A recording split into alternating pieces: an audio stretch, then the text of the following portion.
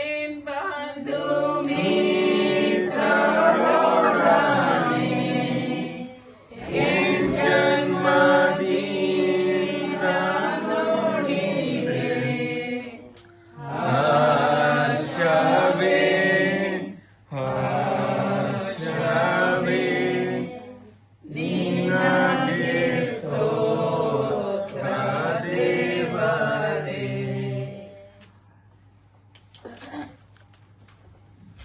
ಕೀರ್ತನೆ 139. ಯೆಹೋವನೇ, ನೀನು ನನ್ನನ್ನು ಪರೀಕ್ಷಿಸಿ ತಿಳ್ಕೊಂಡಿದ್ದಿ. ನಾನು ಕೂತುಕೊಳ್ಳುವುದು ಹೇಳುವುದು ನಿನಗೆ ಗೊತ್ತದೆ. ದೂರದಿಂದಲೇ ನನ್ನ ಆಲೋಚನೆಗಳನ್ನು ಬಲ್ಲವನಾಗಿರುತ್ತಿ. ನಾನು ನಡೆಯುವುದನ್ನು ಮಲಗುವುದನ್ನು ಶೋಧಿಸಿ ಗ್ರಹಿಸಿಕೊಳ್ಳುತ್ತೇನೆ. ನನ್ನ ನಡತೆಯೆಲ್ಲ ನಿನಗೆ ಗೋಚರವಾಗಿದೆ. ಯೆಹೋವನೇ, ನನ್ನ ನಾಲಿಗೆಯ ಮಾತುಗಳಲ್ಲಿ ನೀನು ಅರಿಯದೇ ಇರುವಂಥದ್ದು ಒಂದೂ ಇಲ್ಲ. ಸುತ್ತಲೂ ನನ್ನನ್ನು ಆವರಿಸಿ ನಿನ್ನ ಕೈಯನ್ನು ನನ್ನ ಮೇಲೆ ಇಟ್ಟಿದ್ದಿ. ಇಂಥ ಜ್ಞಾನವು ನನಗೆ ಬಹು ಆಶ್ಚರ್ಯವಾಗಿದೆ. ಅದು ಉನ್ನತವಾದದ್ದು, ನನಗೆ ನಿಲುಕುವುದಿಲ್ಲ.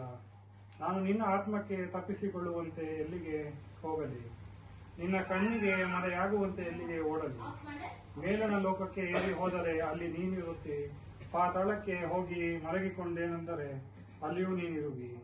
ಅರುಣನ ರೆಕ್ಕೆಗಳನ್ನು ಕಟ್ಟಿಕೊಂಡು ಹಾರಿ ಹೋಗಿ ಸಮುದ್ರದ ಕಟ್ಟ ಕಡೆಯಲ್ಲಿ ವಾಸ ಮಾಡುವುದೇನೆಂದರೆ ಅಲ್ಲಿಯೂ ನಿನ್ನ ಕೈ ನನ್ನನ್ನು ನಡೆಸುವುದು. ನಿನ್ನ ಬಲಗೈ ನನ್ನನ್ನು ಹಿಡಿದಿರುವುದು. ಕತ್ತಲೆಯು ನನ್ನನ್ನು ಕವಿಯುವುದು. ಹಗಲು ಹೋಗಿ ನನ್ನ ಸುತ್ತಲೂ ഇരുಳಾಗುವುದು ಎಂದು ಹೇಳಿಕೊಂಡರೇನು? ನಿನ್ನ ಕತ್ತಲೆಯಲ್ಲ, ഇരുಳು ಹಗಲಾಗಿಯೇ ಇರುತ್ತದೆ. ಕತ್ತಲು ಬೆಳಕುಗಳೆರಡು ನಿನಗೆ ಒಂದೇ. ನನ್ನ ಅಂತರಿಂದ್ರಿಯಗಳನ್ನು ಉಂಟು ಮಾಡಿದವನು, ತಾಯಿಯ ಗರ್ಭದಲ್ಲಿ ನನ್ನನ್ನು ರೂಪಿಸಿದವನು ನೀನಲ್ಲವೋ? ನೀನು ನನ್ನನ್ನು ಅದ್ಭುತವಾಗಿಯೂ ವಿಚಿತ್ರವಾಗಿಯೂ ರಚಿಸಿದ್ದರಿಂದ ನಿನ್ನನ್ನು ಕೊಂಡಾಡುತ್ತೇನೆ. ನಿನ್ನ ಕೃತ್ಯಗಳು ಆಶ್ಚರ್ಯವಾಗಿವೆ ಎಂದು ನನ್ನ ಹೃದಯವು ಚೆನ್ನಾಗಿ ಗ್ರಹಿಸಿಕೊಂಡಿದೆ.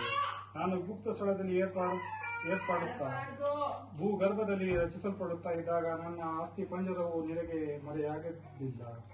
ನಾನು ಇನ್ನೂ ಕೇವಲ ಪಿಂಡವಾಗಿರುವಾಗ ನಿನ್ನ ಕಣ್ಣುಗಳು ನನ್ನನ್ನು ನೋಡಿದವು. ನನ್ನ ಆಯುಷ್ಕಾಲದ ಪ್ರಥಮ ದಿನವು ಪ್ರಾರಂಭವಾಗುವ ಮೊದಲೇ ಅದರ ಎಲ್ಲಾ ದಿನಗಳು ನಿನ್ನ ಪುಸ್ತಕದಲ್ಲಿ ಬರೆಯಲ್ಪಟ್ಟವು. ದೇವರೇ, ನಿನ್ನ ಸಂಕಲ್ಪಗಳು ನನ್ನ ಎಣಿಕೆಯಲ್ಲಿ ಎಷ್ಟೋ ಗೌರವವಾಗಿದೆ. ಅವುಗಳ ಒಟ್ಟು ಅಸಂಖ್ಯವಾಗಿದೆ. ಅವುಗಳನ್ನು ಲೆಕ್ಕಿಸುವುದಾದರೆ ಸಮುದ್ರ ಮರಳಿಗಿಂತ ಹೆಚ್ಚಾಗಿವೆ. ನಾನು ಎಚ್ಚರವಾಗಲು ಮುಂಚಿನಂತೆಯೇ ನಿನ್ನ ಬಳಿಯಲ್ಲಿದ್ದೇನೆ ಎಂಬುದೇ.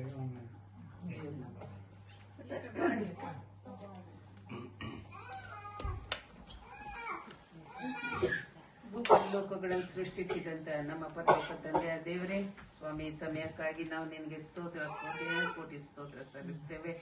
ಅಪ್ಪ, ನಮ್ಮೆಲ್ಲರನ್ನು ಒಂದು ಗುಂಪಾಗಿ ಇಲ್ಲಿ ಸೇರಿಸುವ ಕಾರಣವನ್ನು ಬಲ್ಲಂತ ಕರ್ತ ನೀನಾಗಿದ್ದೀ. ಅದಕ್ಕಾಗಿ ನಾವು ನಿನಗೆ ಸ್ತೋತ್ರ. ಮುಂಜಾನೆಯಿಂದ ಇಲ್ಲಿವರೆಗೂ ನಮ್ಮನ್ನು ನಡೆಸಿದಿ. ಈ ಮಧ್ಯರಾತ್ರಿಯಲ್ಲಿ ಕರ್ತನೆ ನಾವು ನಿನ್ನನ್ನು ಕೊಂಡಾಡಿ